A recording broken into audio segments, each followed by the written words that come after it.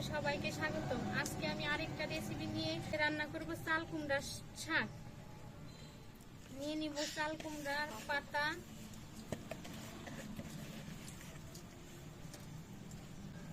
তারপরে নিয়ে নিব এখানে নারকেল বাটা, আদা রসুন বাটা,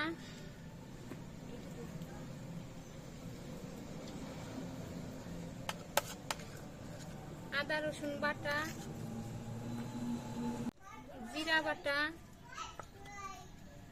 তারপরে সরিষা বাটা, পেঁয়াজ বাটা, কাঁচামরিচ বাটা, তারপরে দিয়ে দিব নারকেল বাটা,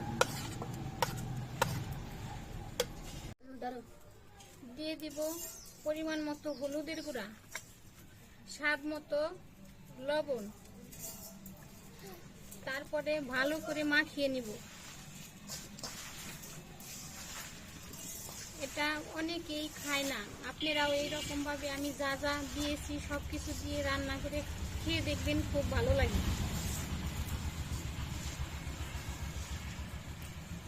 তারপরে দিয়ে দিব পরিমাণ মতো তেল,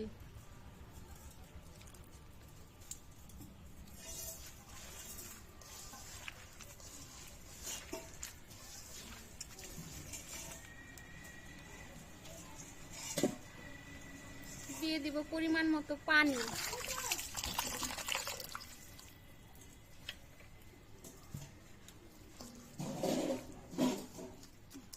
এখন চুলায় কড়াইটা বসিয়ে দেব, তারপরে ঢেকে দেব। এই দেখেন রান্নাটার বলক চলে আসছে, আর একটু পরে হয়ে যাবে।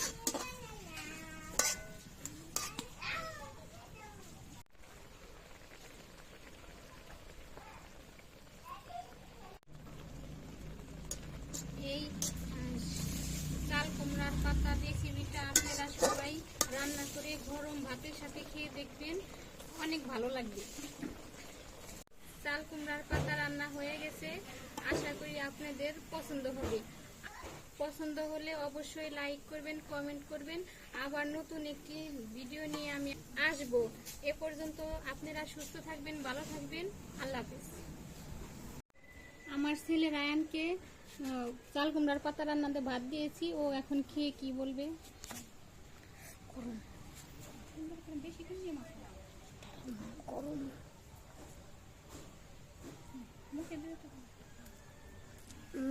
আমার আম্মু রান্না করেছে, আমার আম্মু রান্না অনেক মজা। আপনারা সবাই লাইক শেয়ার করবেন এবং ভালো ভালো কমেন্ট করবেন। টাটা।